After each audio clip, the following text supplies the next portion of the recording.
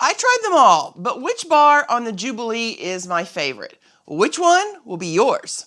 Ahoy travelers, it's Amy here to help you make your travel experience a success, especially if you like a good cocktail. Drinking while on a cruise is a time-honored tradition, and whether you like to indulge in a cocktail or two during your cruise, or you like to make sure you get the most out of that drink package, this video is definitely for you. We recently sailed on Carnival's newest XL class ship, the Jubilee, and I used my Cheers package to try out as many bars and cocktails as I could. Now, while I do enjoy trying out different drinks while cruising, I usually like to find one or two bars and become a regular at them. However, I made a special point to visit as many bars on the Jubilee as I could in order to be able to report back to you so you can decide where you might want to spend your time and money if you choose to sail on the Jubilee.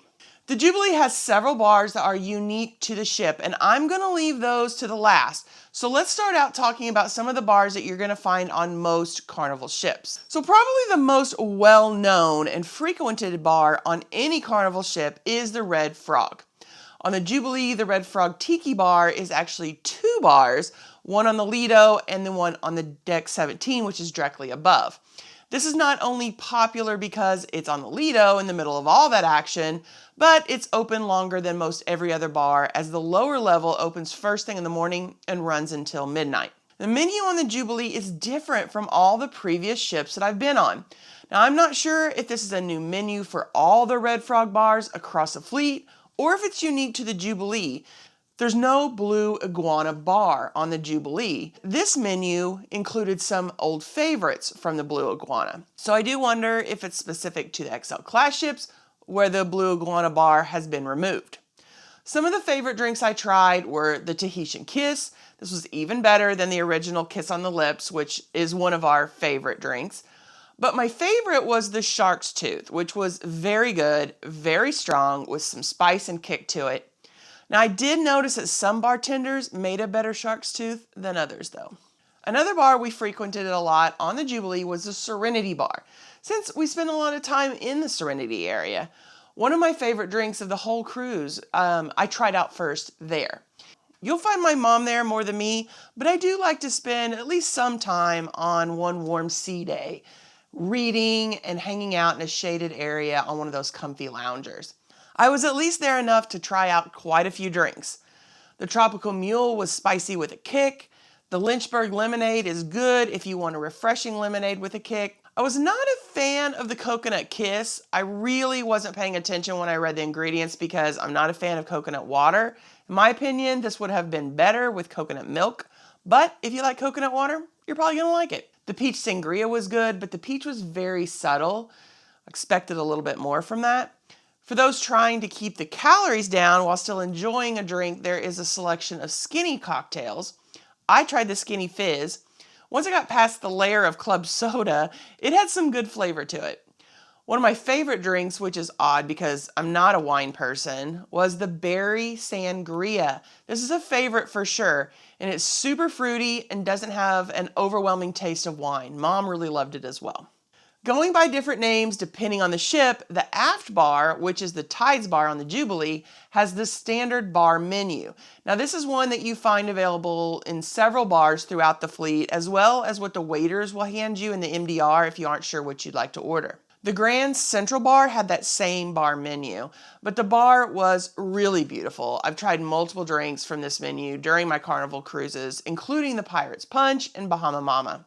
Kiss on the Lips and the Cruiser are definitely favorites of many cruisers and are both very good. Mom likes the Carnival Cosmo as she's a big martini fan. It's an all-around decent bar menu. One of my all-time favorite Carnival bars is the Alchemy Bar. These are true mixologists and they only make high-end drinks.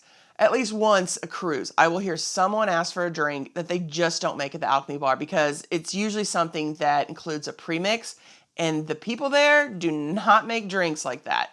This was one of our favorite stops for a pre-dinner cocktail. Mom really enjoyed the 40 is the new 20 and had it more than once. She also enjoyed the Martini Seduction. Like I said, Mom likes a good martini. I had the spicy chipotle pineapple martini, which was very good. However, I prefer to let the geniuses at the Alchemy do their magic. I usually just tell them that I want something fruity or that I want something with the black cherries in it. Man, those things are my favorite drink garnish of all time. I looked up how much it would cost to buy a jar of them once, and it was outrageous. Now, I make sure to ask for at least one drink with plenty of them in it, and it is amazing. I usually just tell the bartenders that I don't like banana or chocolate liqueur, but I'm up for anything else. I've never had a bad drink letting them do this. However, there was one really young bartender at the Jubilee's Alchemy Bar that when I gave him free reign, he just made me a drink from the menu. Now that's fine, but the best drinks are always when one of them makes something special. Jubilee is one of the newer ships sporting a Havana area, and while you have to have a Havana cabin to access some areas like the private pool and outdoor seating area, the Havana Bar is open to everyone. I learned on the Vista not to go to the bar while there is live music playing because it was just too loud for us. I'm not sure if it would have been much better on the Jubilee because the seating area was a little bit larger than the Vista, but I kept my visit to the Havana Bar to when they were hosting trivia.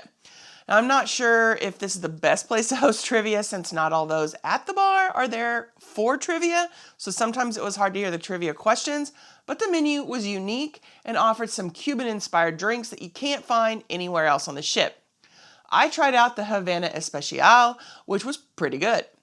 I did think the bar itself was gorgeous though. I love the furniture and artwork. I also really enjoyed meeting two ladies while we were playing trivia in the Havana Bar and the great conversation we had. Meeting new people is definitely part of the fun of cruising for me. And meeting them at the bar is often one of the best places to start a conversation. When it comes to the traditional carnival bars, I did not try out the piano bar, casino bar, or the bar near the smoking section on the promenade deck. On the Jubilee, it was called the Watering Hole. As popular as the piano bar is, it just isn't my thing, and I'm not a gambler, so I don't go to the casino bar. Since one of the few smoking areas was near the Watering Hole, I avoided that area and chose the Marina Bar that was inside instead. I will point out the Punchliner Comedy Club did not have a bar inside of it. Since the Punchliner drink is one of my favorite drinks on a carnival ship, and it's only found at the Punchliner Bar, that was a little sad for me. But since I don't go to the comedy shows, I don't always get the opportunity to grab one, even when the ship does have a bar inside of the club. One bar that is only on some of Carnival's newer ships is the Pig and Anchor Brewhouse. They have an actual brewery there and you could sign up for tours. I believe this is unique to the XL and Vista class ships, although the Vista itself has the Red Frog Pub and Brewery. I do think it is kind of neat that some of Carnival ships have their own breweries on board, a brewery on board a ship, and make their own unique beers. Now, I like beer, but I prefer cocktails, especially while cruising, and I like to get my money's worth on that Cheers package, so I really haven't tried out any of Carnival's beers. We had some of the Thirsty Frog hard seltzers during lunch one day. I tried those before on the Vista, and they're good. I like the flavors that they offer. While at the Pig and Anchor Bar, I also tried out the Blackberry Fizz, which was good. I do love me some blackberry. During dinner one evening, Mom had the Southern Peach, which I took a sip of because I really thought I would like to try that later, and it wasn't as good as I thought it would be, so I didn't. I tried the Smoke Boulevardier. I'm hoping that's how you pronounce that. Man, this had a fancy presentation. If you like bourbon with a smoky flavor, you may enjoy this. It was definitely a sipping cocktail though. My main issue with it was that there was soot on the outside of the glass. Now I didn't realize that and it got all over my hand and took multiple washings before the smell of smoke was gone. Now before we get to the bars unique to the Jubilee, if you aren't subscribed to the channel, now is a great time to do so. Don't forget to hit that notification bell as well so you don't miss a single video. Most Carnival ships will have a bar or two that are unique to the ship with their own unique drink menus. I was definitely looking forward to visiting the Golden Mermaid and Dr. Inks, but which would turn out to be my favorite? Before we get to either one of those, let's talk about the Marina Bar. Now this was located on the promenade deck just inside from the smoking area. You see similar bars on a lot of Carnival ships where they have one bar on the inside and a similar bar on the deck outside. Keeping with the shore theme of that area of the ship, the Marina Bar had its unique drinks like Sunset on the Pier, Aye Aye Captain, and the Calm Seas. I tried out the sunset on the pier, which was very good, sweet and fruity. The sunrise on the deck was recommended to me by someone sitting at the bar, and it was good too, but I did prefer the sunset. I am a rum girl though, so that makes sense. My favorite part of the Marina Bar, though, was the great conversation I had with an old sailor who had been spending his later years working his way up to Diamond on Carnival. I have honestly found some of my best conversations come from talking to those who are Platinum and Diamond with all their stories about cruising and life in general. Dr. Inks and the Golden Mermaid were similar in that they are both high-end bars like the Alchemy Bar with bartenders that really know their stuff. And the drink menus at both bars are full of unique drinks that I wish I had had more time so I could have tried more of them out. Dr. Inks has drinks with names that conjure up visions of ocean life, with the Golden Mermaid's menu hearkening to a treasure chest found from a sunken ship. The main difference in the two is the bars themselves. Dr. Inks is open to traffic walking by, much like the Alchemy Bar. There are some bar stools right at the bar with some chairs scattered around, but it's very open. The Golden Mermaid is its own room, closed off with a darker, more private and sophisticated atmosphere. Now at Dr. Inks, don't you just love that name? I love it. I tried out the Deep Abyss, which was so good. Blackberry and citrus, but the glass was so tiny. It looks way bigger in the video than it actually was. I would have been a little upset if I was paying $14 for that little drink instead of having the Cheers package like I did. Still, it was one of the best drinks I had on the cruise. I also had the Seahorse Glide, which I liked. It had complex flavors in it. The other drink I tried there was the Think or Sink. Wow, does this have a kick to it? If you like heat, you're going to be fine, but it was beyond what I'm used to when drinks say they have heat in them. That jalapeno-infused rum really hit harder than I thought it would, but I just had to try out a drink that said it had squid ink in it. Now, the overall flavor was good, though, and the heat was within my tolerance level. It was just a little bit of a shock. Mom tried out the Starfish Rays, which she said was tangy and sweet, and then she went for the Doctor Special. They put a design on this, and it wasn't the same every time. I saw some girls next to me get it one night, and there was a cruise ship that was on the foam on top. But then, when Mom got it, it was flowers. At the Golden Mermaid, I had the Sapphire Sparkle, which was good, but the room was actually too dark to see the sparkle. In my opinion, that seems an odd choice since they dedicate half their menu to drinks they call the Mermaid's Treasure with edible glitter in them.